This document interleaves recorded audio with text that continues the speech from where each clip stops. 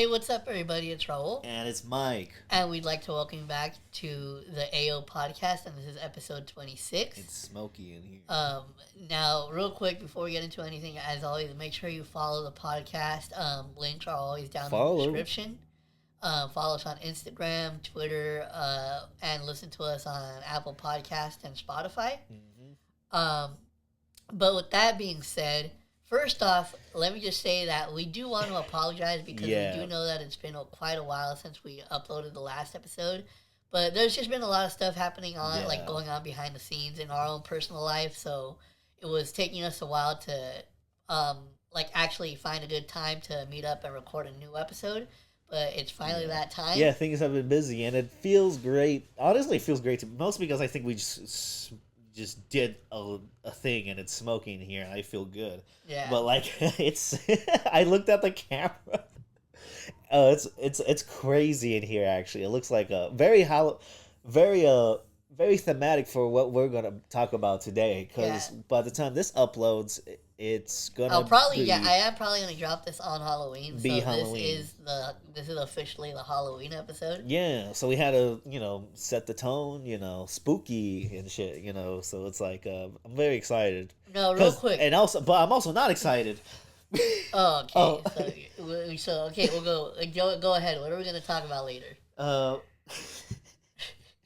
Something that I'm excited for, but you're not. He's not.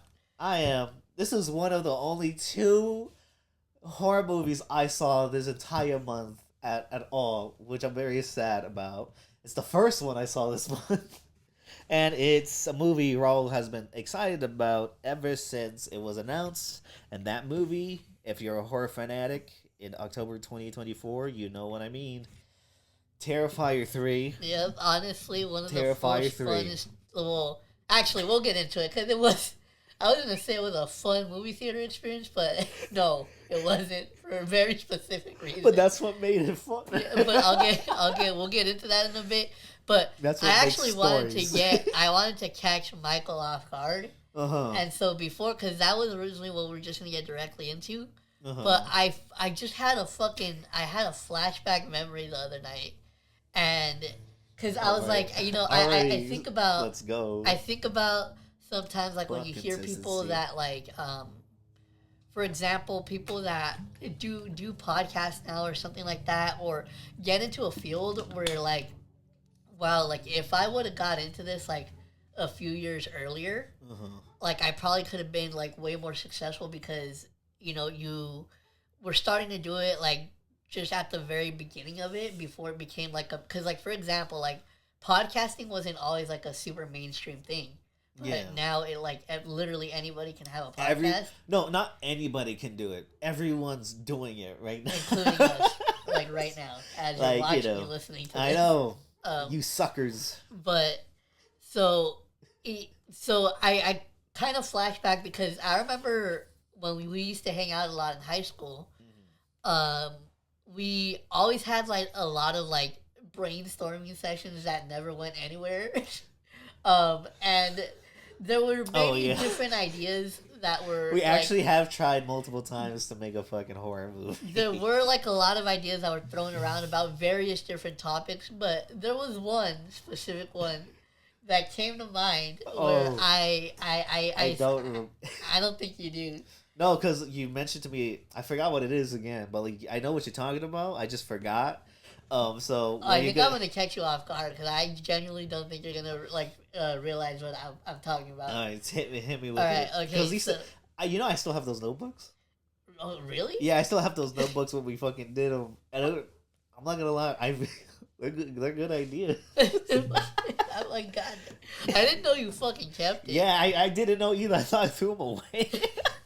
That's a fucking gem, dude. I want to look at them. I'm trying to find them again. I don't know where they are now.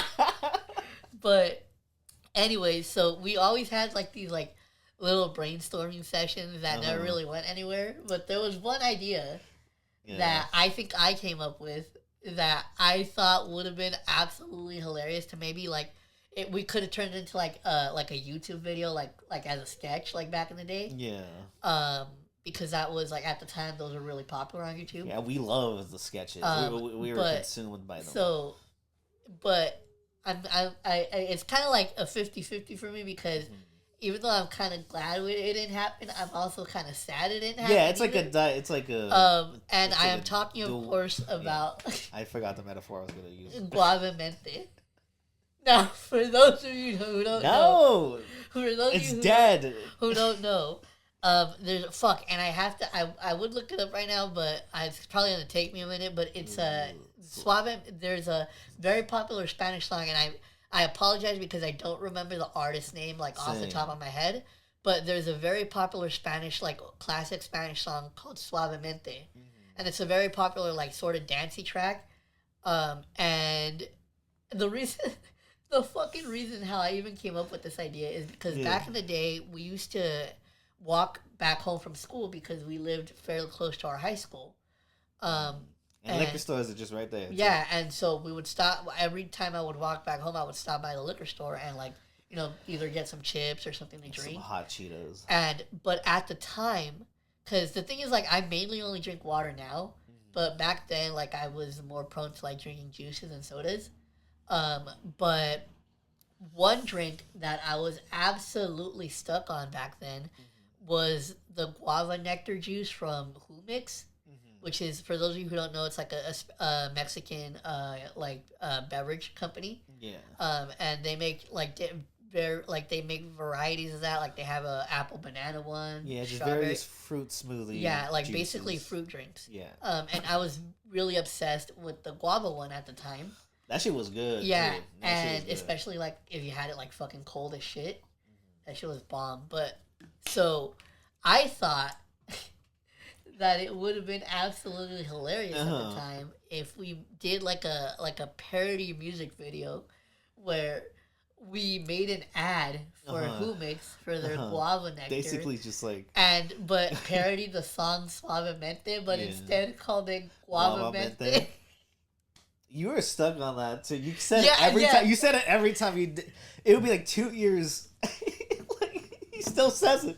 This is literally I'm not bullshitting. This is one of those ideas that I had that I legit thought could fucking work. Yeah, it's just I mean, it was funny at the time too, but oh man, oh my god. What the fuck? I know, fuck. It sounded like fucking Christian Bale. Oh, okay.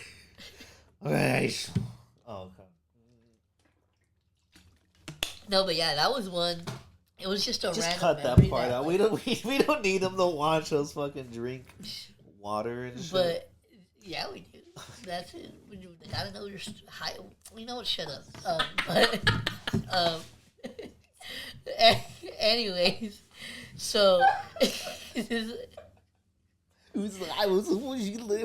was just a random memory that I just thought of the other night, and I was that was legit an idea that I had that I thought could fucking work, and I'm low key am kind of disappointed that we never followed through with that one.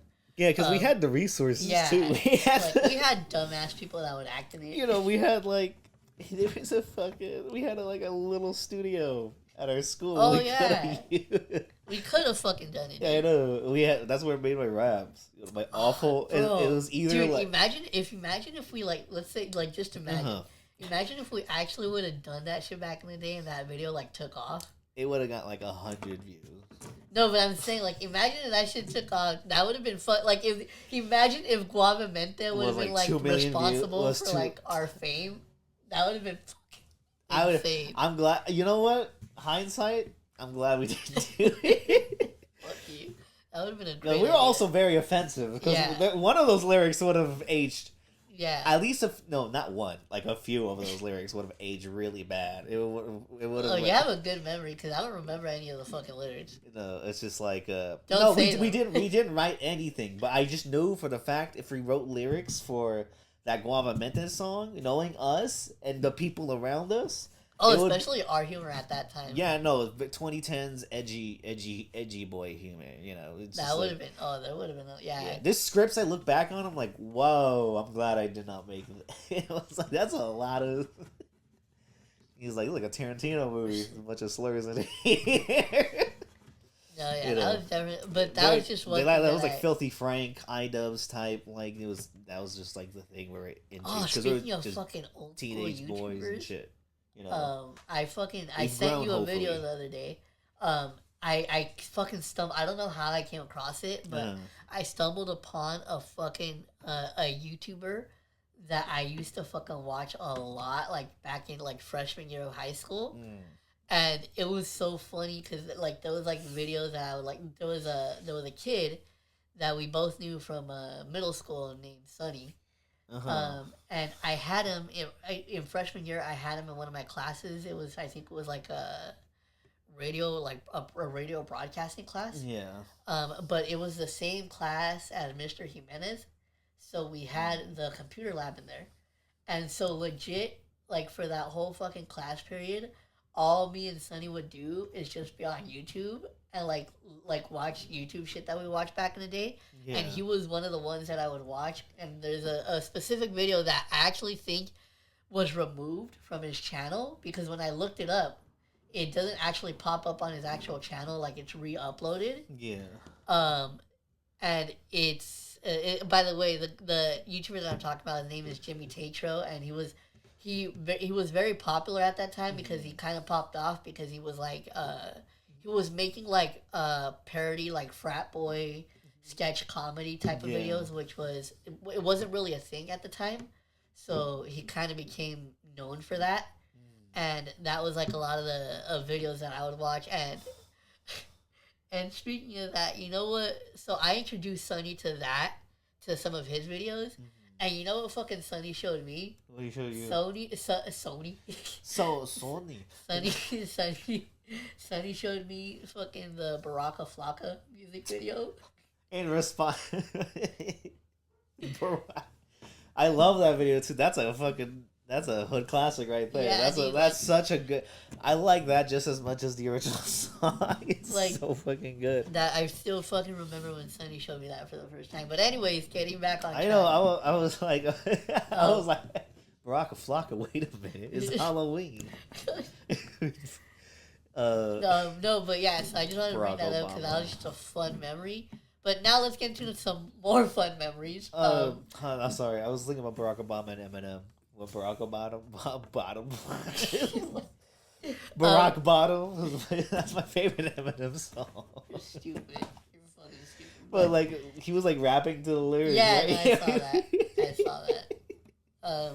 Alright, that's scary. Speaking of scary, so Terrifier.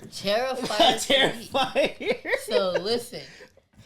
This is a good way to, AO podcast style. No, we're just trying to find our way. But so like Confucius. I have the analytics in my head. So if you guys have been listening to the previous episodes, then you would know because I'm pretty sure I've mentioned it a few times that this is a movie that I have been super excited to watch ever since it got announced. Because you're like a big fan. Yeah, I am just to put it out there, I am a really big fan of the Terrifier franchise.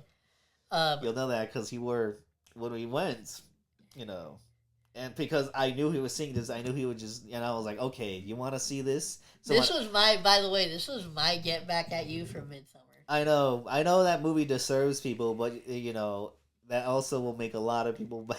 You gotta make sacrifices. This is what makes a friendship work. I show him the really weird shit, and he just shows me the other shit, like the most ridiculous shit ever. And so we get there, right? Yeah. We freaking we pregame in the parking lot. Yeah, watching our podcast. Yeah. Oh yeah, we did do that, huh? It's like the third time you're like in a car watching your own podcast. You know what's funny? Now that you bring that up, that shit is hilarious. Like the only time, aside from fucking actually editing the episodes, only other time that I've actually watched like myself and you on the podcast is in a fucking car somehow. And it was the last episode. but like, yeah, which pre-gaming. But like, I didn't tell him that when I got the tickets because I was like, you know what? I'm ordering the tickets. I got full control of where we sit. So since you're a big fan, and I told you in the car, I was like, by the way, I told you in the car at the parking lot. Oh yeah. I was like, by the way, we're sitting at the very front of the. Because you said you didn't care, you just wanted to see it, yeah. so we're gonna sit right in the front. But here's the thing, okay, so mind you, so I was like, all right, I mean that's like close, but it could work, right? Because for those of you who don't know, the theater that we saw it in, they do have like really nice like reclining seats. Yeah. And so we fucking get now before we even get into the fucking seats, bro. As soon as we sat down, the previews are playing, and I forgot who terrible previews. I forgot who the fuck was on the screen talking. Yeah, but it had to do with like the 2024 election. Yeah, shit. and then someone. All we hear in the back is some fucking dude. He's like, "Oh, she's a fella," and I was like. And I was like, "Oh shit, this is the audience." And I was like, "This is." I was at that moment when I heard that, I was like, "Oh yeah, we're in the right theater." But anyway, so we sit down. Not only that, we sit down. We're watching trailers. And wait! Before we get to the trailers, so we sit down, and I'm like, "Oh shit, this is actually pretty close up." And then so I try to go recline my seat as one would. And only to find out that our fucking seats don't work. Like the seats that we're specifically in don't work. And I'm like trying to recline. I'm like, oh no. Thankfully, I've been taking a lot of Pilates recent. I've been missing some classes, but I've taken some Pilates. But like, so I'm able to like sit up in a perfect place where I'm like, okay, this is fine. It's not good, but it's fine enough. And then you're over there. Listen, so it legit didn't really start to hit me. I think until like after the first trailer started. Yeah. And then as I'm trying to watch the trailers, I'm like, what the fuck? I can like feel like I feel myself fucking slowly trying to maneuver myself and try to find a comfortable fucking position in which like because if I just sit down normally, my fucking neck is like all the way up here trying to watch the fucking screen. Yeah, no, it's huge. It's fucking up that close. So I was like trying to. So I'm like.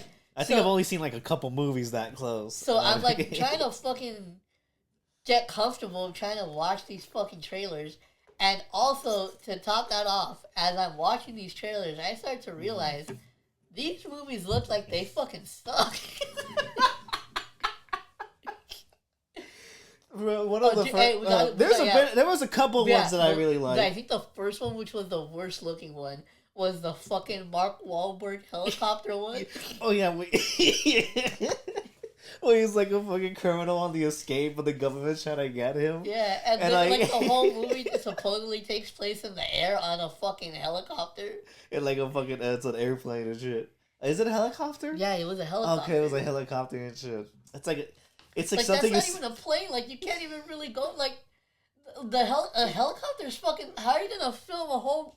Like if this helicopter doesn't and not only that, Mark Wahlberg's bald for some reason. It's really weird to look at. I forgot what the movie's called, but it's directed by Mel Gibson, famous. You know, he said some things in the past, but he's a good filmmaker. You know, I'll say that I didn't like Hacksaw Ridge, but the movie where the Apocalypto, he did that movie, and you could tell because it's the most inaccurate portrayal of like Native Americans I've ever seen. Like everything they get in that movie's like wrong and shit. You know, so it's like honestly, I probably will still go see it just because just to see how like what it is. You know, wow, it's pretty. You know, because it's Mel Gibson. It's Mel. So you decided that you're gonna watch probably the worst looking one. I get in there for free, so it's so I have that ability, but I don't know. You know, there's a lot of movies this year I wanted to go see, but okay. missed. So wait, what was another bad one? I'm trying to remember what else. Oh, the fucking because there were a lot of them I forgot. Because there was actually one that looked good. There was a couple that I actually liked. One that was like the direct. Have you've seen it? Because we talked about Barbarian, right? Barbarian. Yeah. Oh yeah, I've seen it. Yeah. Oh, Companion. Yeah, that one looked good. That one looked good. I actually did it. I really liked Barbarian. And that was a weird. You know, A24 rejected that movie. Really? Yeah, he brought up, and A24 was like, that's a little off the wall. You know, so it's like crazy. I mean, considering what they've done, what the fuck? I mean the. Oh my god, this is like a spoiler from Barbarian, but like the tit sucking scene is a little. No, I fucking love the bottle scene with the fucking hairs on it. Yeah. I'm very excited for that movie. The werewolf. Yeah, that was the one. That was one that I was also excited. That actually looked really good. I'm like, because it's from the director of like, I haven't seen Invincible Man. You've seen it. Yeah, I've seen it. It's pretty good. And we've seen Upgrade. You don't remember it. Yeah, I don't remember that movie. But I love that movie. I thought that movie was amazing. And the director co-created Saw, so it's just like it's crazy how like 10 years ago we saw all these like classic horror movie mascots be rebooted to like a big action movies and shit. But this time they're like, let's make these classic like like the Wolfman like a fucking indie movie and shit and see where it goes. It's like very, it's like a very like a lot of people in the theater was like, man, my God. He's like, it's very dark. He's like, I'll make the Wolfman dark. I'm like, turning into a werewolf? Imagine like you have to like just morph into that. I feel like the reason why I was personally excited for that one is because I feel like, at least from what I know, I feel like we haven't got like a really good Wolfman movie in like a while. Yeah, last one was like Twilight. The second to last Twilight movie. That was fun. But okay, so anyway, so we make it through the mostly shitty previews. Yeah. Well, we there's one certain trailer in there. Wait, the steamboat. Oh, okay. So we need to talk about that one. Okay. We need to talk about that. So listen, so there was a trailer that as soon as it started, I was like looking at it. I was like, oh, like you know what? I think this is actually a movie that I've seen already. Because for those of you who don't know, this month alone, I'm actually pretty proud of myself because this is like, in this month of October, this is actually the most movies that I've never seen before that I've watched. Like, this is like a record. Like, I don't think I've seen this many new movies in like a month in like ever. Yeah.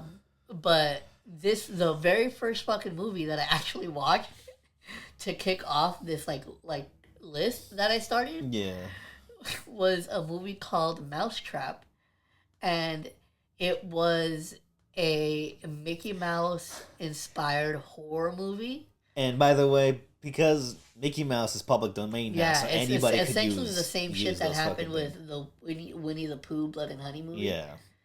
But so I watched it, and here's the thing. So I'll give a perfect example because since I just brought it up, another movie that I actually did also end up watching is Winnie the Pooh Blood and Honey Part 2. And I had seen the first one, but I hadn't watched the second one at all. Yeah. But the reason why I want to compare these movies is because I feel like these are two movies that are perfect fucking examples of what I want and don't want with these types of movies. Okay, because putting the obvious out there, like, you're going to go into these movies obviously knowing that the concept is fucking ridiculous and, like, the movie in general is, like, kind of dumb. But the difference in how you go about approaching these types of movies is how fun you can actually make, like, the actual movie.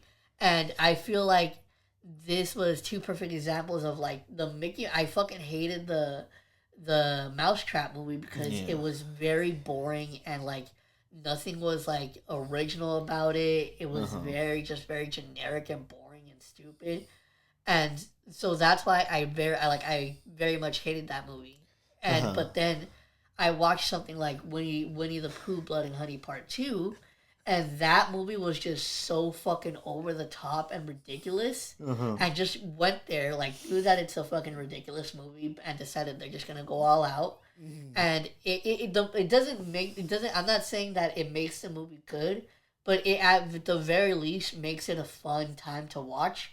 And that was the key differences for me between that and Mousetrap, because it's like Mousetrap, while it is obviously they're both ridiculous movies, Mousetraps was just very fucking boring. Yeah. While Winnie the Pooh Blood and Honey Part 2 was at the very least really fun to watch. It does what it needs to do is be entertaining and stuff. But then you found out that this trailer is actually not that movie. Yeah, and then so as I'm watching the trailer more, when I get towards the end of the trailer, I'm like, wait a minute, I don't remember any of this shit from the movie.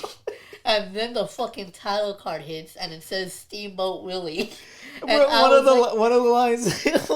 Oh yeah! Oh my god! You fucking just reminded me. So one of the lines, like one of the girls in the movie, is like, "You want some cheese?"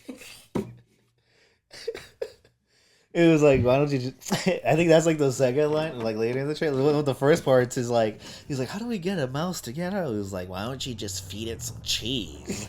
And like, it sounded like a Smiling Friends character. But so it's a completely different fucking movie. Yeah, so it was... It's literally What the fuck are you, fucking Ned Flanders? But no, so... That's when the title card hits and I saw fucking Steamboat Willie. I'm like, what the fuck? This is another movie. Another Mickey Mouse fucking horror movie. Like, the fact that there's two separate Mickey Mouse horror movies, like, one is enough. Yeah, and you can tell, you know, because the first few trailers, despite how good or shitty they are, they're definitely like from like a major Hollywood studios and stuff. And then that last trailer is just like, oh, this is from this is where like from the those straight to DVD, yeah, straight to stream as fucking like low budget. This is like what the first Terrifier was. Yeah, exactly. And then like trailers are over. Election preview also comes in, and the audience just started. And by the way, we live in a mostly like blue. We live in a blue area, but but that audience was not. Yeah. It was full on. and it's just like and then the movie starts. And then, okay. Oh, well, by the way, before we get into it, spoiler alert. Spoilers for Terrifier 3. Because we are going to be going in depth in this movie. So. You know, spoilers for all the movies we talk about in this episode. Oh yeah, let's put that. Let's put that. Oh shit! Wait. Have we given spoilers for any movies? I feel like we did. I don't remember. You gotta look back. Yeah, I gotta. Now that you fucking said that, you're making me think. Cause I think I spoiled a couple movies already. I think that's why I'm saying that. Okay, but no. So, anyways, from now on, spoiler alert. Yeah, for anything we talk about. Yeah, but so we get into the movie, right? And the opening scene, it starts off as this little girl who like wakes up in the middle of the night because she hears like footsteps on the roof. Mm-hmm. And she goes into her mom's room and wakes her up and tells her that she thinks that Santa Claus is on the roof. Mm-hmm. And then, like, the dad, or I'm assuming it's the stepdad. Yeah. And he's, like, being a dick and, like, telling her to shut up and go to sleep. And so the wife has to, like, get up and, like, put the daughter back to bed. Yeah. And then that's, like, also the dialogue and, like, the structure of the things.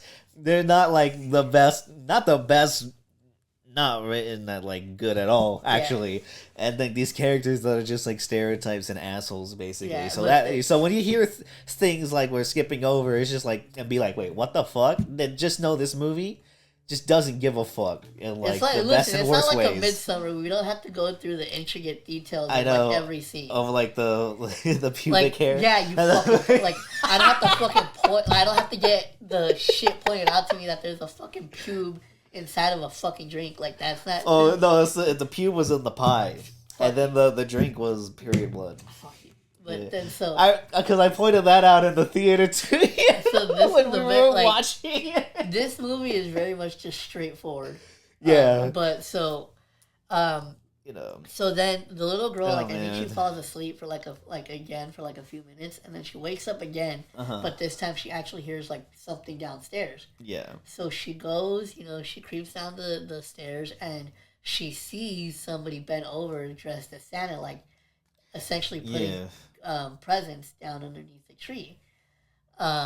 But then he turns around. No, and you see him pull out the axe first, and that's when you're like, all right, so this is art.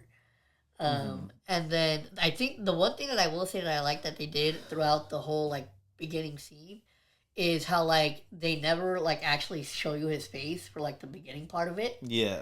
But so, you know who it is. Yeah. So like they let the body do the talking, which I will say, the actor who plays Art the Clown is really good at playing Art the Clown. Yeah. I'll say that. He's a very talented mimer and like theater performer, so shout out to him for if this is the gig that gets you paid, go for Hell it. yeah, For, man. for go fucking for dude, it. he's a fucking horror icon at this point. Yeah, I know. He's an icon. A lot of people have mixed feelings about that, which is crazy. But like that's what makes it the best thing about is like just like seeing like people so divided with how much art is an icon. I'll get into it later, yeah. but I'm so happy that it's a thing, and I'll explain why later. And then we'll talk about I have things to bring up about just Terrifier in general, but like box office wise, which is really funny. Yeah. Anyways, beginning of the movie. So so then we see him like take the axe and he starts walking up the stairs. And the hiding and watching and shit. And so, bro, okay, wait. So we forgot to mention. So before she goes downstairs, she had gone into her little brother's room and tried to wake him up for him to go with her, but like he like basically like shoos her away. He's like, go away. And so when we see Art walk up the stairs, we see him walk into a room, and we don't see anything, but all we fucking hear is like the little boy like say his sister's name, like, oh, like I thought I told you to like go back to sleep or something. Yeah. And then you just fucking hear the sound effects of him just. Yeah, and that's when I'm like, oh shit. Just like, but like it doesn't show it. It just does like. Yeah, like I kind of like that. It doesn't show and it uses the sound effects. Yeah, and the sound effects and the sound effects are so funny. Yeah, they were so loud and gross and crunchy. That was actually something that a lot of people pointed out, myself included, that I really liked. That that the way in this movie. Yeah. Like. It's no, but it's like that. Like for example, that one, like they didn't show it on camera. Like you just heard it. Yeah, it's just like it's not like Terrifier is so gratuitous, but like it's God damn it! I'm probably gonna have to censor that fucking YouTube. You might have to look back and censor a lot of things in this episode, but like we're getting back into it. This is the vibe, and it's good. I hate that I had to censor it because it's like we understand, like we get the context of it, but it's like. It's still not a good thing to say. It's like, no, it's because like fucking people like clip shit and stuff. I know. So it's like, god damn it. Including me, I do that. Do so it's like bro, like with the Eminem review, I keep like, dude, like because the thing is like when I'm not gonna lie, that's the one thing that low-key always scares me. Yeah. Is that like people could legit just take different clips of like, especially now, like you mentioned with the AI shit, like becoming what it is. Like people could legit like, it's really make fucked. You like create something that makes like you either say or do some wild shit. It's not only that, it's really fucked, especially when like I'm not gonna go into it because it's really disturbing. But like it's like AI costs a lot. Like I didn't realize how much AI really could cost a lot and it takes a lot from like the Earth. Apparently Google bought like 6 nuclear power plants for the AI shit. I'm like, 6 of them? Mm-hmm. 6? One isn't you need 6 of them to make the shitty Halloween AI TikToks that my grandma sends me on Facebook? I thought of a fucked up joke. Don't say it. Wait, okay, I'm gonna say it, and you tell me if it's bad enough that you think I should take it out. But, I mean, I was going to say, when you said 6, I was like, I mean, it only took 1 to fuck up Chernobyl. I think that's good. Okay.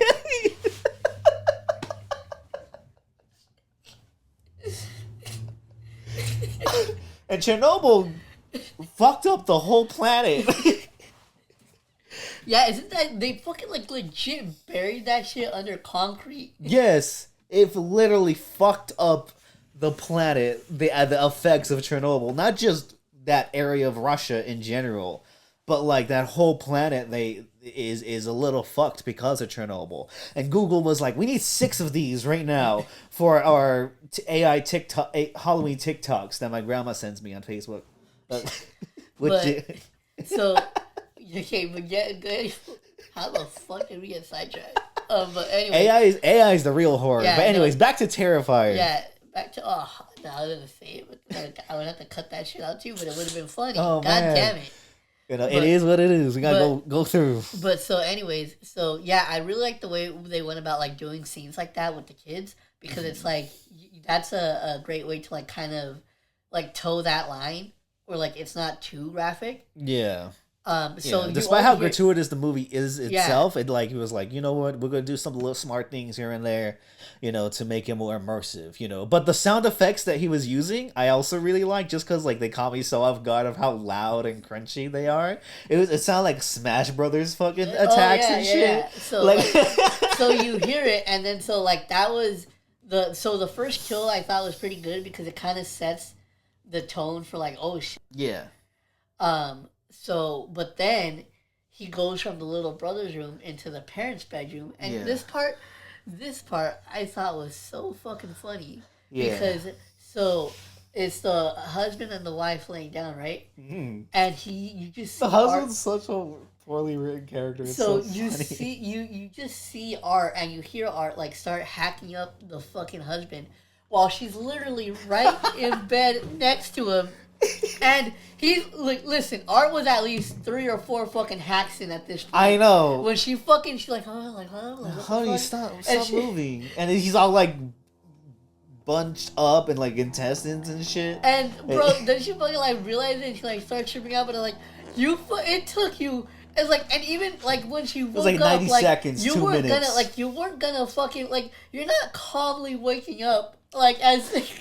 Like, that's a lot of noise right there. That's a lot of noise happening right there. But who knows? There could be, like, a true crime, like, episode to be like, and then, like, he was killing my husband. I woke up. So it could be real, But, like, it's not. And then, like, the daughter witnesses the mom get brutally murdered. Let's like, and then, like, it's like, shit. Oh, and then Art's, like, smiling and shit. And then the title card happens. And then, like, we're back to... we're back to... We flash back, first of all, very odd structure. This movie's oddly structured. We go back 5 years ago to, like, the beginning of... the end of Terrifier 2. That's when we meet... I'm trying to condense this. We're already 37 minutes in. Jesus Christ. Until, like, we go back to... He goes back to a mental hospital where, like, the main character of the first... Terrifier is in, and then basically he turns her into a sidekick, basically. Yeah. And then, oh my god, wait, I gotta and then there's a couple scenes with her that are... No, but wait, I gotta talk about this one scene, because it was so fucking funny. So there's a scene where, like, they're investigating, like, the little warehouse from the first one. Like, after... No, I think it's the Terrifier ride. Yeah. And, like...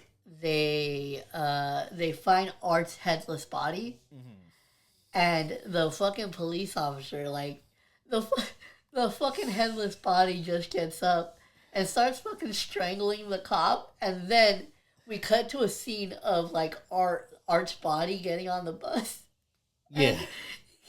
He's fucking holding the officer's head on, like, his body. Yeah. And, like, he's grabbing onto it so, like, it doesn't fall off. But, like, the face that the officer's face is making, like, made it more fucking funny. Yeah.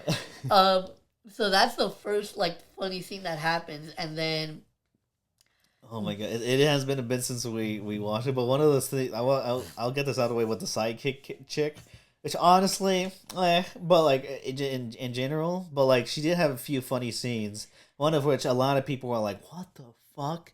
is when she gets like a glass shard. That was my something and like, what the fuck am I watching? And then like she's like puts it in her. So Art's killing someone. Yeah. He's like literally fucking unwrapping this dude's skull like a present. Good effects. Yeah, and so as he's doing that, she's watching and pleasuring herself with a fucking piece of shard. Piece of glass, and then Raul's like, what the fuck? And I'm just sitting here like I've seen this before. Like, it's just the fact that you can even say that sentence is fucking wild to me. Fucking The Exorcist is like I've seen it done better. You only see Antichrist. Now that's a story. But a lot of people did. To talk about my little brother saw fucking Terrifier. It was crazy. He saw it was boring, but like, So anyways, so basically, like, that's one of the scenes. The theater had like hollered a bit with that. Though, but basically, Art and the side character, Vicky, the side chick, they basically become like they basically go to sleep for like 5 years. Yeah. But then we fast forward to like 5 years after the second movie. Yeah. And we see that the main character, Sienna, is coming out of a mental hospital, and she's going to go live with her uncle. And when we get there, we find out that she has a niece who is like or a cousin. It's a cousin, right? Or yeah, cousin. A cousin who she's really close with. And so basically, the just kind of to condense the story. Yeah, she's there. The story is like the brothers in college also with two of the whitest people I've ever seen in my life. Yeah, but so basically, I just want to give out like the basic premise of this movie is it mainly deals with Sienna's character's trauma from what happened to her in the second one. Yeah. And it's like her trying to like cope with that, and also the fact that like art's actually back. Yeah. So there was a lot of like references to like PTSD. Yeah. And like mental health, like with her character specifically. Yeah. But then, so we see like bits and pieces of that where she. We also see a lot of her past too. Yeah, like where she kind of starts to lose it. This has a lot of lore. Like there's a lot of like. There's a lot of lore, but yet you still don't fucking know exactly what's going on. Which we'll get into that towards the end. But so basically, like, she's trying to deal with everything. Her brother's in college. She's like more so trying to move on. But then we meet his roommate. I forgot his name. I call him Chad. Yeah, he was definitely a Chad character. You know, and then like but then he has a girlfriend. I forgot her name. I'm gonna name her Brittany. Oh, her name was Mia. Mia. Oh. Yeah. But that's then so, like she has a podcast, funny enough, about talking about true crimes, and obviously they're like.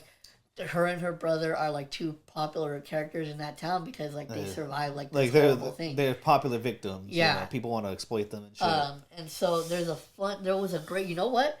I don't give a fuck what anybody says. There was a really. I'll give it up to the actress who played Sienna because I actually think she did a really great job, and especially in this one scene where she's like visiting her brother for the first time after she got out of the mental hospital. Yeah, and the roommate like runs into them. And then the girlfriend fucking shows up and she like tries to convince Sienna to like be on her podcast. Yeah. And she like fucking flips out on her. And the reason why I thought that moment was so great is because in that moment, that actress legit actually looked or resembled the actress who plays her mother in the second one. So I just thought that was a really fantastic job acting wise because. Yeah. You legit, like, you could buy the fact that was her daughter because they looked exactly the same, like, in that scene. I don't remember the second one like that. But I'm glad, you know. You know why? It's because you don't like these movies. You're not paying attention. I am paying attention. I'm like, wide-eyed open. Terrifier 2 actually really impressed me. You know, so it's just like, I do watch this movie because there is a lot of effort put into it. Whether you like it or not, that's like, there's a lot of craft here. That's very admirable in these movies, and the fact. I'm gonna give. I think her name's Laura. Yeah. Like the actress who plays Sienna. Oh, I think she did a really good job. Yeah, I'm gonna give her. And the thing too is, I'm happy to see this because I saw it a lot on Twitter. Like after the movie came out, like a lot of people were giving her flowers like for this movie, especially as a scream queen and shit. Yeah, and so like I honestly think it's really well deserved. Like I think she did an amazing job like with this character. You can tell that she really likes it. Yeah. But yeah, so basically the movie is mainly like so focused on her battle with like mental struggles and stuff like that, and then obviously her fighting art. But that was the first scene that we actually like. She encounters art. She's at the mall with her cousin, and they're like shopping for the mall scene. So they're shopping for like a gift for her or a Christmas present for her brother. Yeah. And she sees somebody walk by in a Santa costume with a Santa mask, and everybody knows that it's art. But like her, she's struggling because she doesn't know if it's actually art or if she's just kind of like hallucinating. Like freaking out. But then shortly after that, they leave the mall, and Art is still there, and Art notices that the mall Santa, who is like there to take pictures with the kids and everything, is on break. And so Art says, why don't I mosey my way on? Let me try to let me enable this character. Let me try to not grow my character a little bit more. Get used to the Santa persona. And so he sits down, and you see like a little girl like go up to him, and he gives her like a doll, I think. Yeah. And then the other little kids around there start to notice that like Santa's back there, and he like gave the little girl a present. So, yeah, they're all crowding. Yeah, so they all basically bum rush him, and they start taking toys like out of his sack. And so they start like the parents like start trying to control the kids, right? And there's one little boy who grabbed like it's a present that like is shaped like a box, and he's like unwrapping it, and the whole time I'm like Caleb or whatever the fuck his name was, like get back over here or whatever. And and then he unwraps it, and it's like a box, and then the whole thing. The whole area just exploded. And it was a fucking bomb. And I fucking started dying laughing. That was really funny. I'm not gonna lie. Because you know what because they showed the explosion from like the outside of the mall. And you know what it reminded me of? It reminded me of like the opening scene from the original Child's Play. Like when the store blows up. Yeah. It like gave me the same type of vibes. Yeah. So I was like, oh, that was fucking great. Yeah, I know that was very unexpected. That was a really funny scene too. I will say I did not expect that either. I'm like, okay, I like how like he's just like, yeah, he knows how to use guns. Yeah, he knows how to make bombs. Yeah, he knows how to make these giant. He's like Walter White. I'm like, oh, I guess he could do this. Yeah. I guess he could make a machine gun, fucking like in his car. I guess. So I like how just like random and like kind of like they do this but like that makes him like more like nothing could stop him. Real quick, not to get sidetracked, but it's a real fun like quick fun 46 fact. Minutes in. It's a real fun fact or a quick fun fact about Breaking Bad. What? That the guy who created it, Vince Gilligan. Yeah, he originally like in the beginning or like. When they first introduced that machine gun thing, he had no idea. Yeah, like he had no plans for it. There's an interview where I was asking my writer, he's like, "Can we just like ignore that?" And they're like, "No, we have to pay it off." Yeah, but that's just a quick fun fact that they didn't know what to do with that shit for like until towards the end. Yeah, that shit was. I'm just like, that would have stressed me the fuck out. No wonder they needed like another year to finish it. He's like, oh shit, we need to figure this shit out. But no, so anyway, that's really funny. Yeah. So the scene blows up, and then the Sienna's like, and the cousin are obviously back at the house already. Yeah. And they hear about the explosion on the news, and that's when like she starts to like freak out because she starts to realize that it is actually art. Yeah. That's here, and then. That's when everything starts going downhill. We don't have that much time. Why don't we like go through the stories through the kills? Downhill, fuck you. But then this is when kill for the characters and like the story, like everything's bad. We're gonna talk about the kills. Bad, bad. Like bad isn't like what's the characters happening. I'm not gonna always. I've been not shitting on this movie, so like fuck you for trying to gaslight me into trying to criticize this fuck ass movie. Because I know that you don't like it. I know, but like that you don't like it. I know. Wait, how do you hate me? How do you? I said I didn't say you stupid. I said I hate the fact that you don't like it. I was like, why do you hate me? That's gonna be most. Why do you hate me? Well, like a novella and shit. Oh, I'm gonna fucking clip that, and I'm just gonna. That's the only. I'm gonna clip that, and that's the only thing I'm gonna use for the preview for this episode. Let's go down to the kills. Okay, I think the first one. I was gonna get into. Listen, so then she starts freaking out. So she starts having like a panic attack. Mm-hmm. So she tells her uncle that he has to go pick up her little brother at college. So then we flash back to the college, and he's outside in his truck, and he's talking to her little brother on the phone. Yeah. But you can tell that it's not actually the little brother. Yeah. And then we get so we go to real quick. So there's a thing that these movies have been kind of synonymously known for, and that is for having a scene in each movie that basically essentially goes over the top, whether it was the splitting the girl apart with the freaking the first one in the first one to the fucking bedroom scene in the second one. Now, a lot of people are saying that the scene for this movie was the shower scene. No, I think it was the scene later. I think, but like, no, but I'm telling you, a lot of people are saying that for them it's the shower scene. Really? Yeah. Well, because I think that one was the most graphic. That's why. I don't know. We'll get into it, but like the shower scene is a little. And it does go on for quite a while. It goes on for a bit, especially when like he kills the lady. So anyways, and then the dude's there, and then he's murdering this dude. Yeah. Wait. So anyway, so the fucking roommate and the girlfriend are having sex in the shower. As you do. Yeah, and then so fucking Art just shows up with a fucking chainsaw and just starts going to town, like just ripping them apart. But then, the dude is on the floor, ass cheeks up, and then you just fucking see Art just fucking ram that shit in his asshole. Oh, and then like flips him over and does his ball section. We see it too in graphic detail, like the penis and the tennies.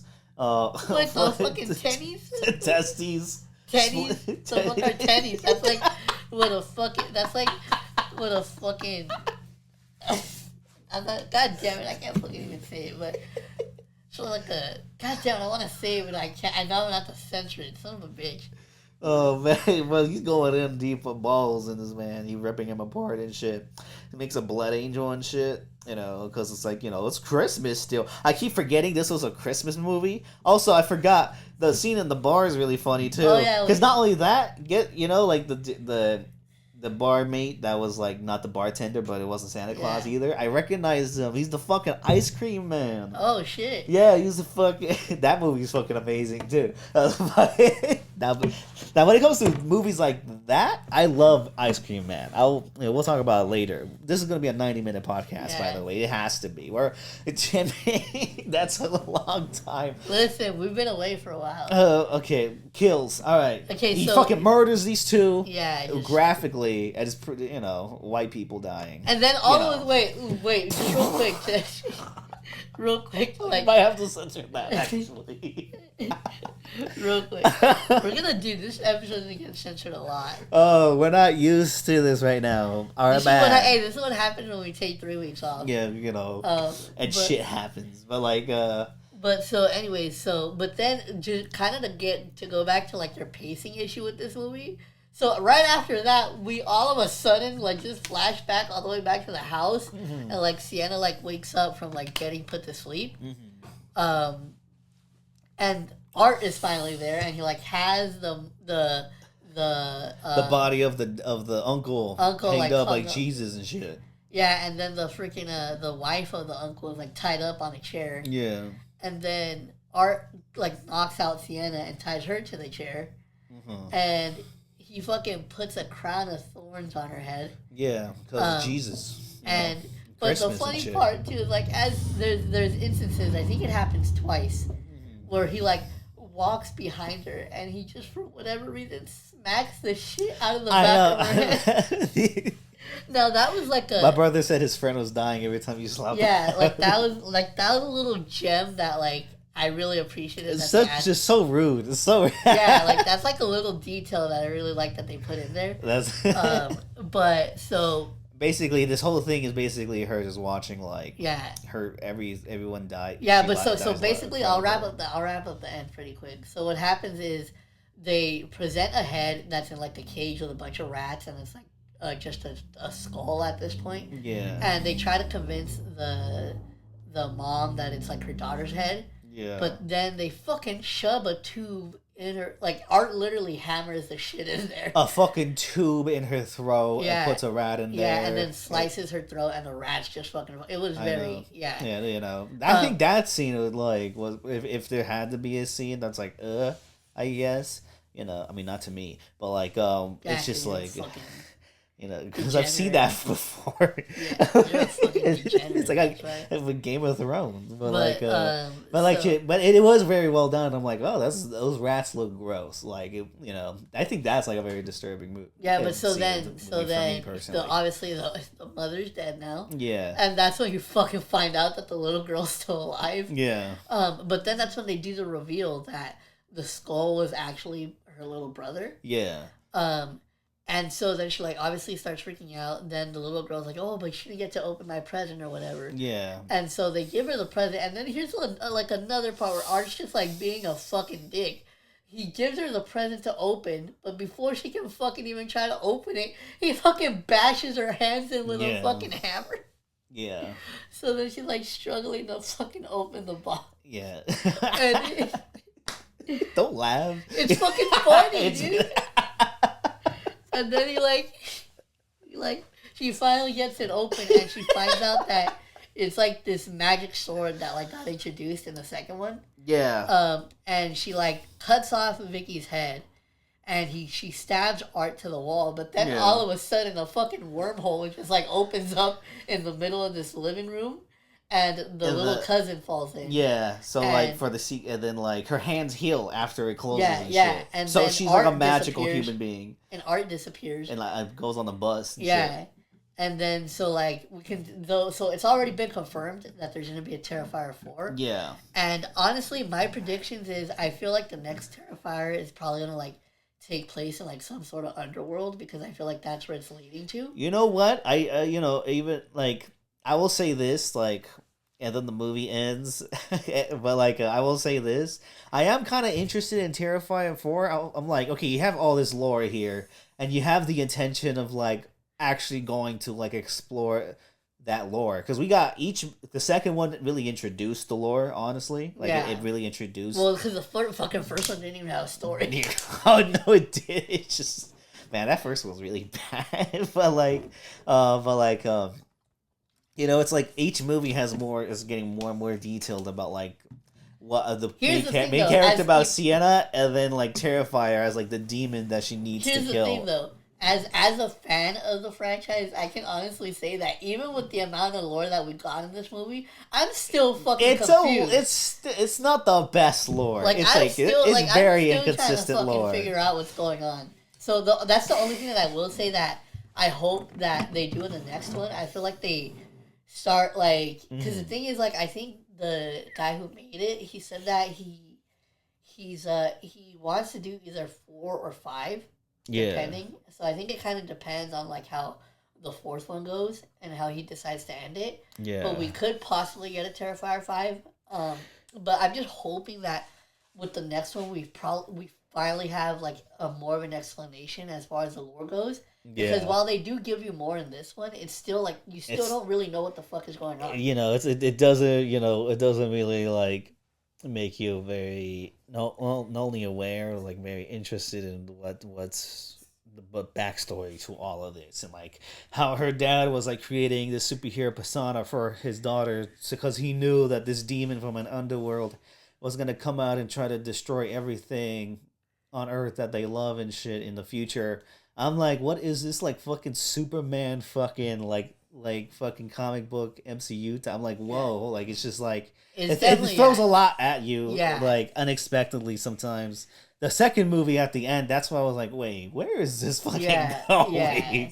Especially when she fucking gave birth to the fucking head. I know, but like I will, but I will say, like, if depending on where they do, where he does go with Terrifier 4, it will be interesting to see, because like now he has to do more of this. Now he has to establish more of the lore, not only to bring in the fucking gory dumb kills, but like now he has to establish like a world. It's just like, okay, now hopefully that next movie will be able to like do that and stuff. But it does make me interested slightly, so we will be there. We will be there. I know I will be there. I know you will. I'll probably gotta take you. Yeah, I'm not gonna fucking not let you not watch it. But just to wrap it up, I really felt like, even though there were like I'm not gonna like be a fucking hype beast and like say that I loved it. Like there were again I said, like with the lore specifically, like there were still issues that I had with it, but it was still a very fun time to watch. Yeah. But just real quick to wrap up this topic, I kind of want to get into something that we talked about earlier. I didn't even get my fucking... What? What rating? Oh, well, I'll give it... if I'm being completely honest, even as someone that's a fan, and I think this is the same rating that I gave the second one, As far as letterbox ratings go, I gave it a 3 out of 5. Yeah. Honestly, originally I gave it like A 1, you fucking a 3, but I'm probably gonna bump it up to a 4 because I think that first Terrifier I think is the worst, and like, the third one does have a like.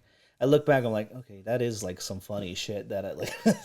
I'm not. I still don't think it's like the greatest movie, but I think the first. I think it's still like there's still like things in there that I do like, you know what I mean? So it's just like I do think the second one is like still like the better one. Like Yeah. even though it's as long as a fucking Scorsese movie. As long as that boy's neck. As long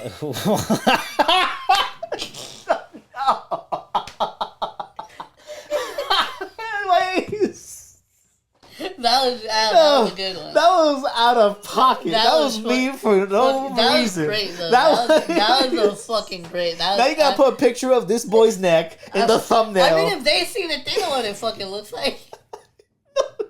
I hope you put his neck as the thumb, not his face, just his neck as the thumbnail for this video. Oh, dude. That was fucking mean and out of pocket for no reason. I really tried. That was just great. That was great comedic timing. That's what that was. Fucking that coffee's so hard.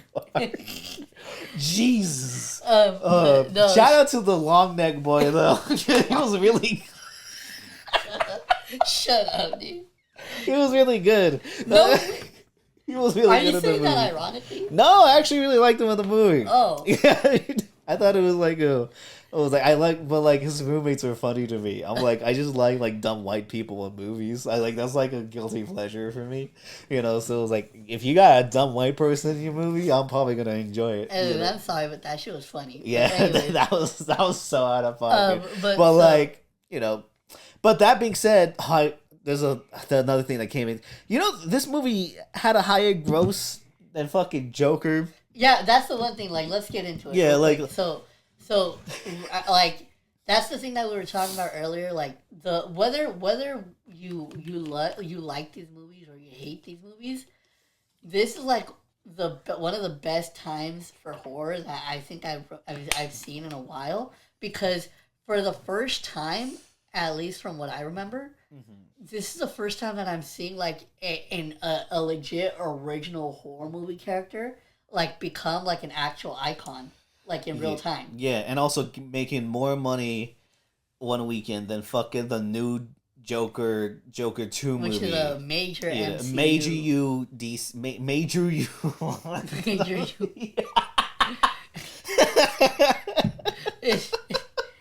So like it made major DCU movie that cost like $100 million to make, and on the weekend it came out, the Terrifier grossed more that weekend than that fucking Joker movie, which is crazy.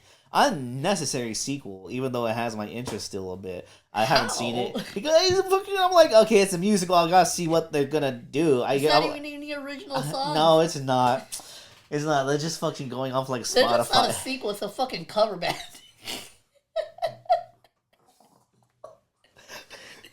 We still haven't seen it, so we can't form an opinion. I'm not that interested though, but I am a little bit. I'll be biased. I'll form an opinion itself. But no, so the fact that it actually did make more money than like a major studio DC movie is fucking insane. And not only that, it just made its money back real quick. Yeah. Like, it's like we're getting that Terrifier for it made like 9 times its budget. Yeah, no, it's like, and I will say that is very inspiring to see these like gutter brought up indie passion projects, because yeah, you know this, but like the director's been trying to make like something like Terrifier for like since 2008, and like I heard that he had the idea for art in like 2005 or something. Yeah, you know, and like he was able to put it in the Hallows Eve anthology movie, and he's been trying to get it made. Got made the first one on like fucking like scraps basically, and then made the second one off the earnings of that, and it's just growing more and more. You know, it's just like he's like really that new icon of like just gutter horror underground, like just like I'm trying to figure out a word that doesn't sound as salty. No, like icon. No, but yeah, so just I do have to give a major shout out to not only Damien Leone for creating just like this whole like franchise. Not only that, but then also the actor who plays Art. David Howard Thornton. Mm-hmm. That dude is the thing that's so great to me about it is like it's like if the way that I would describe it, it's like if Jason had a personality. Yeah. Because like it's one thing to like because like you can be either like a Freddy Krueger to like a Chucky where like the thing that makes their character is their charisma. They're very charismatic. Yeah. As those characters. They're funny. But the thing is like they obviously like have to be very witty and shit like that with their dialogue. Yeah. Whereas with David Howard Thornton portraying Art, like he's doing a lot of physical, like a lot of physical acting, like some silent era shit. Yeah, and it's like the emotion and like the like just the way that he's able to portray Art in like certain scenes is like so fucking good because it's like it's that nice mix of like it's still sinister and dark. But it's like there's like a lot of dark humor in it. Like it's very theatrical. It's very it's very engaging with like the emotions of the audience. He like it's like rule breaking a bit because it's just like it would look like maybe sometimes it does, but not a lot of the time. But like it could like look very phony, phoned in, and very over the top. But I think what David does to Art is like really like just like he doesn't give a fuck about like what is over the top, especially since Art the character is very brutal, violent, supernatural demon. I guess like he's an actual fucking like the devil and shit, which is fine. So it's just like what the devil breaks rules all the time. We're just gonna go for it over the top all the time. Let's go. And the way he transitions from being smiley to actually being angry, like in the bar scene.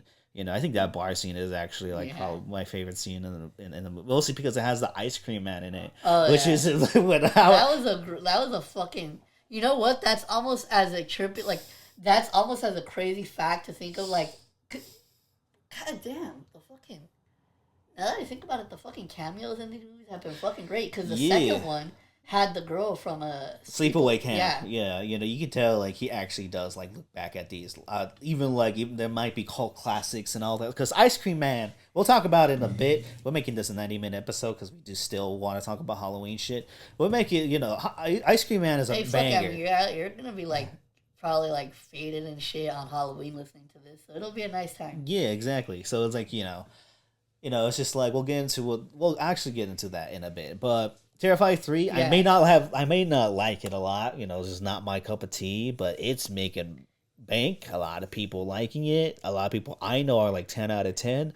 Okay. But like, it's just like it, it's now it's confirmed it's a phenomenon. Yeah, the Terrifier. So I do want to... The past two movies, people were like, oh, I don't know yet, despite Art still being popular. It was this movie that's like, oh no, you beat Joker in the box office? Yeah, no, whether you like it or not, Art is an icon, not an industry. If he was an industry plant, he would have had, a lot of people misuse that word a lot, even when things they hate. You just say it because like you just hate this. I'm not the biggest fan of it, but I'm not gonna call Art the Clown an industry plant, despite how much I would personally want to. He's not, and he grew from the gutter. I will say just to like wrap, like he's a rapper. He grew from the gutter, Holmes. Shut up. Just to wrap up. Sorry. Just to wrap up this whole topic, I do want to give a major shout out to Damien Leone for actually like having like being able to make a dream of his come true, and like being really hard to do. Seeing how successful this shit has become has got to be like such a proud moment for him. So shout out to him. Shout out to David Howard Thornton for his amazing job portraying Art, and the rest of the cast. Yeah, and also Terrifier. Laura, who plays Sienna. Like I think her she was meant to have that role. Like she has absolutely like I really like bought into her character in this one. Yeah, because I thought she did a really good job like with just kind of like the tone that her character was supposed to have with like dealing with mental health and all that. Yeah, I thought she did an amazing job. So shout out to all of them and the rest of the cast. Just an amazing thing to see happen, and Art is definitely here to stay, and I cannot wait to see what happens in Terrifier 4. But anyways, we will be there and we will review it. and we'll be somewhere in the front. So, anyways, to hopefully transition, with seats that fucking work. But scoliosis. But so you said when we walked out too. I was like, so how were the seats? And you were like, I think I have scoliosis. No, I didn't say that. No, man, that was memories, And we forgot to mention you were wearing the fucking shirt. Oh yeah, you were wearing a fucking follow me on Instagram. You should have seen it. Follow me. This man wore a Terrifier shirt to the Terrifier movie. He a big fan. He a fan. Wait, no. All right, let's transition. Oh, yeah, that's not the best. I don't want to be putting that light, Mike. Let's move on. Sorry, my bad. Transition. But anyway, so like Halloween. We said, you're gonna hear this on Halloween. You're gonna be listening to this on Halloween because that's when I'm planning to drop it. So real quick, we're just gonna give you guys like our top 5 personal movies that we think that you should watch this Halloween. They can either be new or old or like classics. It's just movies that we think that you would have a fun time watching. Yeah. So, do you want to go first? Oh, let me go first since I was talking about it earlier. Ice Cream Man. Very over-the-top cult classic about an ice cream man who's a serial killer. And, like, a bunch of these kids, come in and, like, they're like, we have to stop the ice cream man. The cops get involved. Like, there's these 2 American, like, white kids with, like, a British dad for no reason. And there's a kid wearing a fat suit playing the fat kid. I'm like, all right, it was the 80s. Tell me you couldn't find, like, a random fat kid to play in your fucking horror movie. Fat suit. Like a kid, I'm like, no way you couldn't find fat kids. Like, you serious? But, like, yeah, it's fun time, over the top, gross, gory, very stupid, but also very charming. And the dude who's one of the dudes in the bar scene in Terrifier 3 is the Ice Cream Man serial killer. Shout out to him. He's an actually decent actor, but, like, Ice Cream Man, I'm glad he took that role because that's, like, my favorite role of his, so shout out to him. Ice Cream Man, get some friends, get some beers, get some other things. That was definitely a fucking interesting watch. That was we were high as fuck too. Yeah. Not only that, we were watching that like in a ripped copy, so like I would go to black and white sometimes, and like we found it online and shit. And then you were like, oh, I thought that was intentional. It was like fucking Better Call Saul and shit. It was like, so that's your number 5. Yeah, that was my first pick. What about you? All right, okay, so my number 5 is actually going to be a movie that I watched recently that I was not... This is a movie... Because a lot of the movies that I watched this month were actually kind of movies that I knew ahead of time that were going to be coming out. Yeah. That I was actually excited for. But this one was one that I just randomly saw that was out on Shudder. I randomly just saw it. Because I follow like a lot of horror movie blogs on Twitter. And I saw that they had posted that this movie was out. And I was like, oh, you know what? Kind of sounds interesting. Let me check it out. Come to find out that I actually really fucking enjoyed it. And I'm talking, of course, about a movie called... Let's see.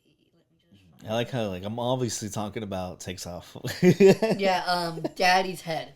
Daddy's Head. This is a movie that was... Let's see. Oh, yeah, I remember it. I remember that. We posted about that. I didn't put it on my thing, though. Directed by Benjamin Barfoot? Shout out Barfoot. Shout out to people whose names are like that. Yeah, shout out to Barfoot because I fucking love this movie. But what's it called? Paulie's Head. Where the fuck did you get Paulie from? What the fuck is it? Jersey Shore. What was it again? Wait, what's it called? It's called Daddy's Head. Daddy. I fucking hate you, Paulie's Head. Where the fuck did you get Paulie from, dude? Pauly Shore. But no, so it's called Daddy's Head, and it's like I won't get too much into it because I don't want to give any spoilers for it. But let's just say that it was a very interesting, like psychological type thriller, and let me just say that this the only thing that it will kind of give away is that the relationship in this movie deals with a stepmother and her stepkid. Yeah.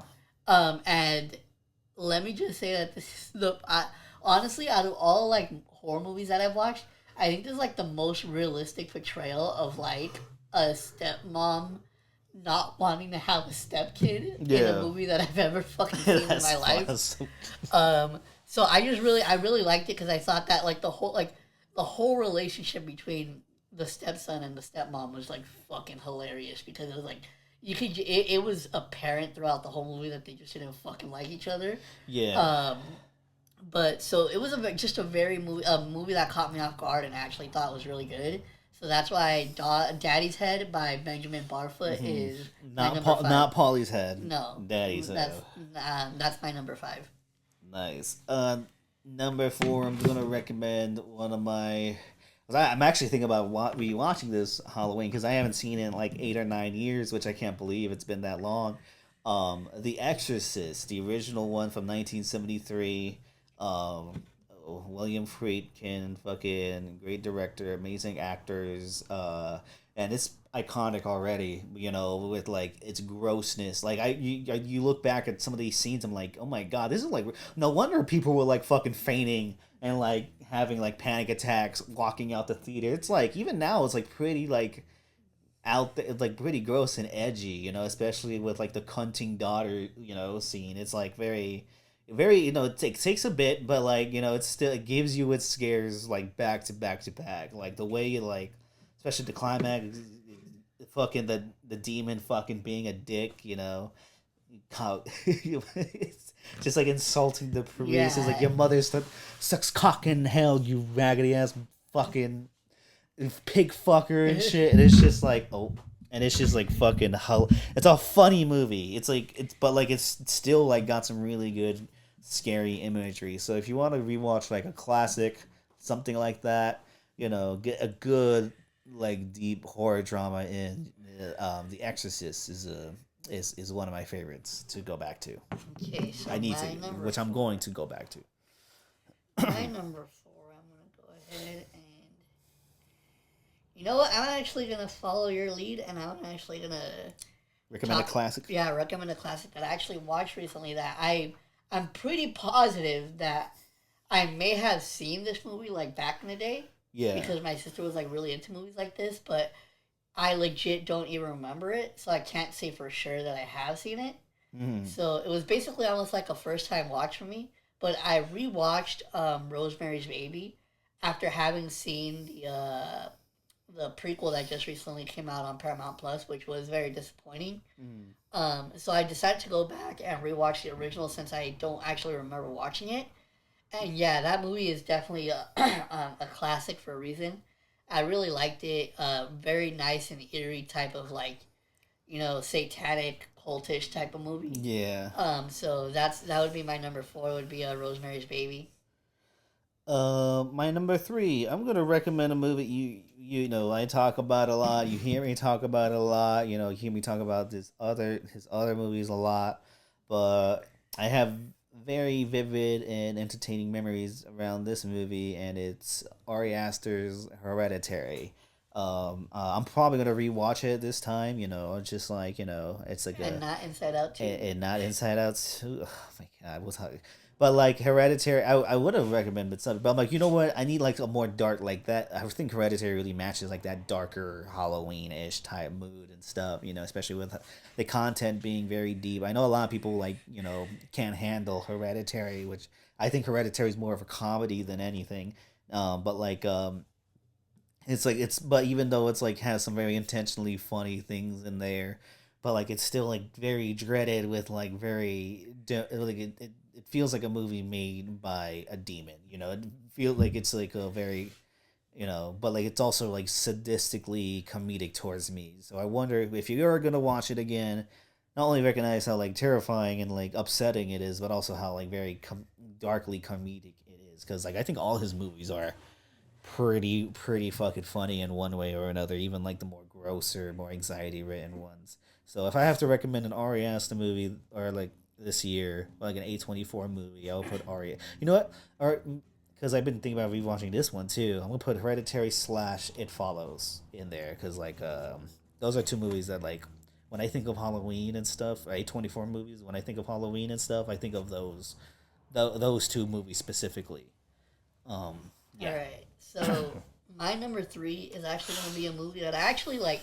I had to buy it on Prime because it wasn't on streaming. And this was a movie that was actually out in theaters, and I wanted to watch it when it was out in theaters. I just didn't get a chance.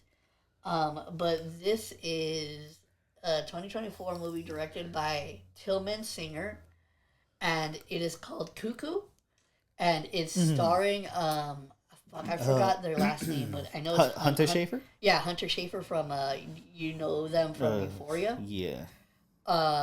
But they star in this role, and was a movie that I said I was interested in seeing it when saw the previews and I saw that it was in theaters, but I didn't get a chance to watch it, so I decided to buy it on Prime and check it out, and it was actually a surprisingly fun time. I enjoyed it, and I think it's a very like unique and bizarre movie that I think a lot of people would enjoy.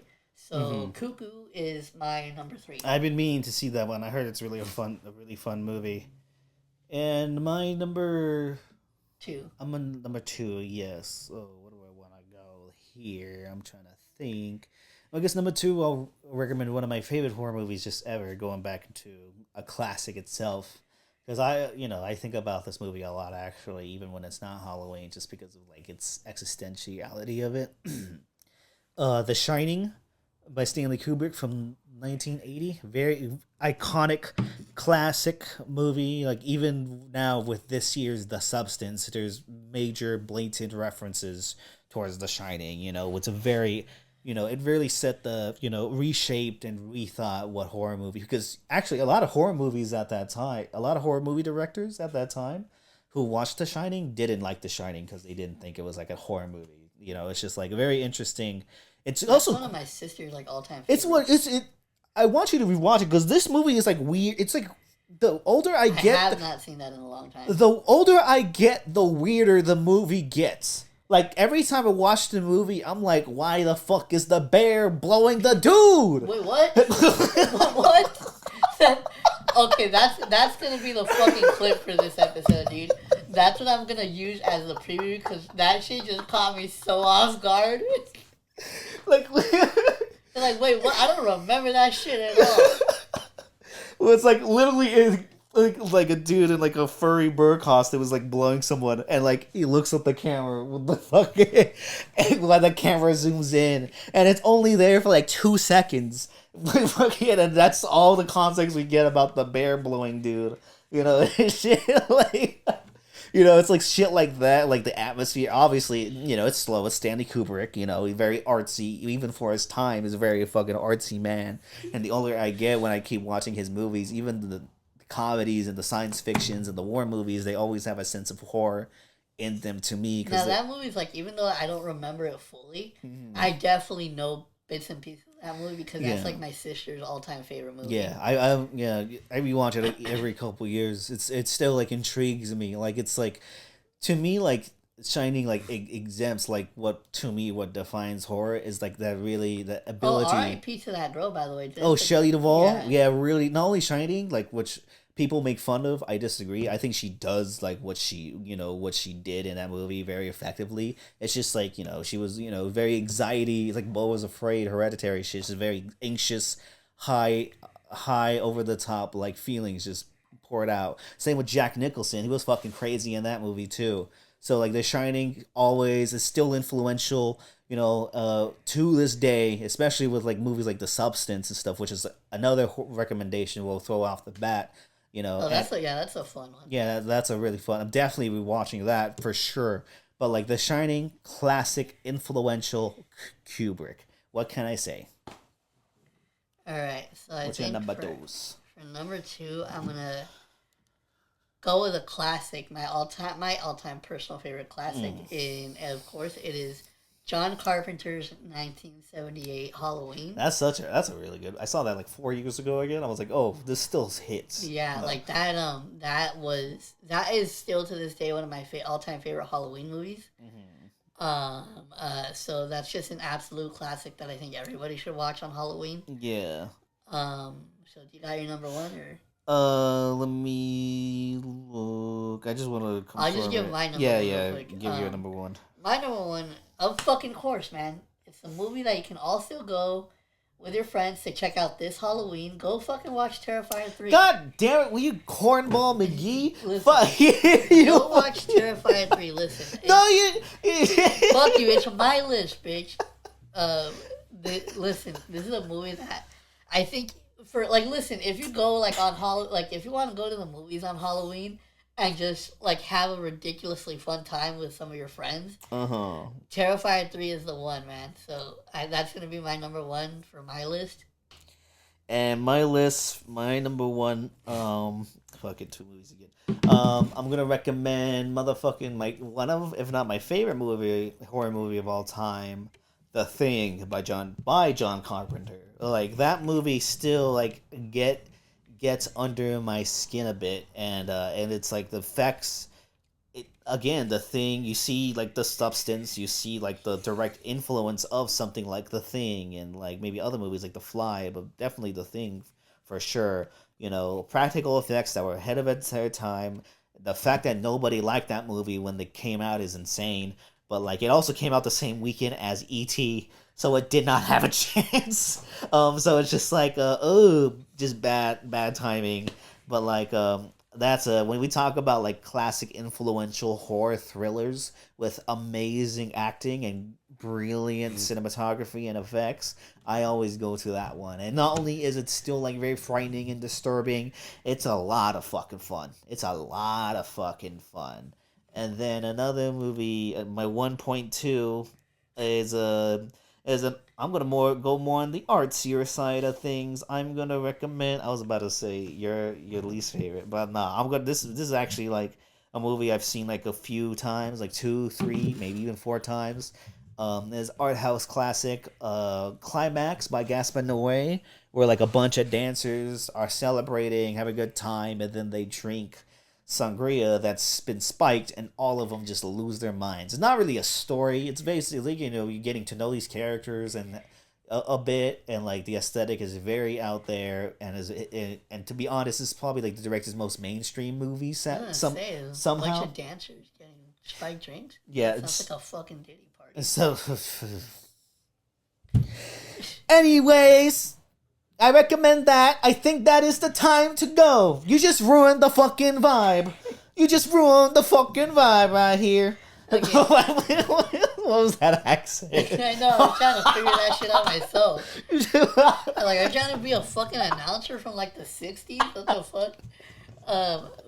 But yeah, art. If you want more artsier shit, where it gives like you more existential, like physical anxiety, if you want that, Climax for sure. I think that's such a fun time. For you, like a horrifying ride. But I think all those movies are horrifying rides. Also, The Substance. I think about that movie a lot. I really love that movie. So watch that shit too. Okay, so now to wrap this episode. Now we have to end it because you fucked up the vibe. That was a great. You fucked up the vibe. So now to get into the song of the day. Yeah. So I guess I'll go first. Yeah, please. I got mine ready. So I'm going to actually recommend a single from a group that I recommended before on a previous episode, and they have quickly become one of my favorite Spanish music type of bands. Because I really like the way that they're able to like incorporate like older sounds with like newer lyrics to make it more modern. So I'm talking about the recent single released by the band Grupo Frontera. And this is a single called Hecha Pa Mi. And I legit have, it's one of those earworm things where like ever since I heard it, I haven't been able to stop listening to it. So that would be my recommendation for today. It is Hecha Pa Mi, and that is by the Grupo Frontera. Nice. And my single of the day, I'm gonna recommend a single of the day for the first time actually. Fucking Noid, the new single by Tyler the Creator, which at the time of this filming is dropping an album tomorrow at 6 a.m. Eastern. Not Western. We live in the West Coast. Eastern. So it's dropping at 3 fucking a.m. And it's what's crazy? I'll probably be up to listen to that. You got that be smoking at 3 a.m. Who's gonna smoke at 3 a.m.? You old boy 3 a.m. You literally fucking. But yeah, I'm a big Tyler the Creator fan, and over the last 7 years, became like a bigger fan of him. His music is really a really big fan. I'm glad he's at the pedestal he is. I'm really seeing that trans, even as someone who was just a casual fan at first, but then faded away, but came back, and I was like, oh shit, he's actually serious. So Noid, Tyler the Creator, that album, I'm gonna wake up early as fuck and listen to that shit. And, when you wake up, I'm like, yeah, I heard it already. Fuck you, bitch. Alright. Okay, so that's our handles in the description. Follow the fucking podcast on the Spotifys and the Apples and the YouTubes. And then follow the social media things we have. We got the Instagrams. We got the X's. The links is down in the description. Yeah, links are down. We're down too. That means we're down with... Shut the fuck up. I don't know what you're trying to make with... Listen. We're down with the Instas and the Twitter, so follow us on theirs. You didn't let me finish, you fuckhead McGee. No, because I didn't like where it was going. So anyway, hope you guys enjoyed this episode, and we will hope you have a happy Halloween. Happy Halloween. And we'll see you on the next one. Peace.